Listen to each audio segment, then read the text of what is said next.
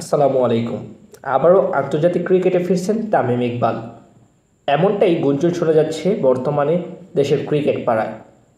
বেশ কিছুদিন ধরে তাকে নিয়ে আলোচনা হচ্ছে। সাধারণত বাংলাদেশি ক্রিকেটের মাঠের বাইরে সবচেয়ে বড় আলোচনার টপিকটি হলো তামিম ইকবালের ফিরাকাণ্ড নিয়ে। তিনি সরাসরি বলে দিয়েছেন তিনি ফিরছেন না 2024 সালে।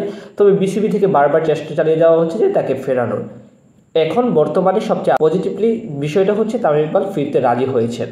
তবে সেক্ষেত্রে তিনি কয়েকটা শর্ত দিয়েছেন এবং কয়েকটা কন্ডিশনও রেখে দিয়েছেন। সেটা হলো যে তামিম ইকবাল ফিরলেও তার বর্তমান ফিটনেস এবং বয়সের চিন্তা করে সে টেস্ট ক্রিকেটে অর্থাৎ লাল বলের ক্রিকেটে সে ফিরতে আগ্রহী নয়।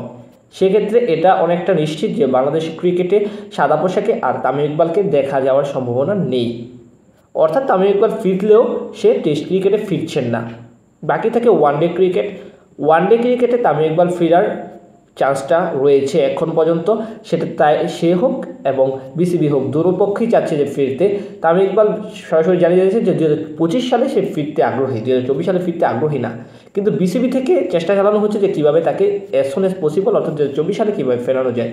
সেখানে তামিম ইকবাল নতুন করে বৈঠকের পর তিনি পরিষ্কার করেছেন যে সে ফিরতে রাজি, তবে সেক্ষেত্রে তাকে মানতে হবে কিছু কন্ডিশন, বিসিবিকে কিছু কন্ডিশন মানতে হবে। যেমন কোচ হাতুরু সিংয়ের সাথে তামিম ইকবালের সম্পর্ক বাজে সেটা আমরা জানি। সেক্ষেত্রে তামিম ইকবালের দাবি বা তামিম ইকবালের অনুরোধ বা তামিম ইকবালের উপদেশ হলো সে যদি তামিমকে ফিরাতে হয় তাহলে হাতুরু সিংহকে তামিমকে প্রাপ্য সম্মানটুকু দিতে হবে।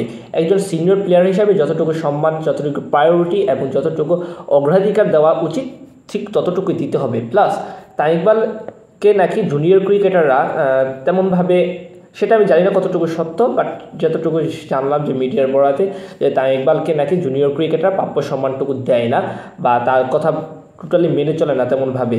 সেক্ষেত্রে তামিম চাচ্ছে যে সেই বিষয়টাও খেয়াল রাখতে হবে বিসিবিকে এবং সেই অনুযায়ী শর্তগুলো যদি মানে তাহলে তামিম ইকবাল আবারও আন্তর্জাতিক ক্রিকেটে বা বাংলাদেশের জার্সিতে ব্যাক করবে।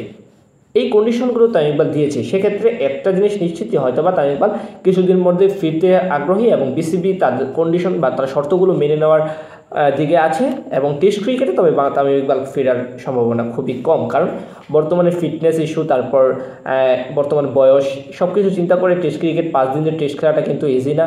তার উপর দীর্ঘদিন ধরে সে আন্তর্জাতিক ক্রিকেটের বাইরে। তো ওভারঅল তামিমকে টেস্ট ক্রিকেট আর না দেখার সম্ভাবনাটাই বেশি। তবে ওয়ান ডে ক্রিকেটে তামিম ফিরতে পারেন।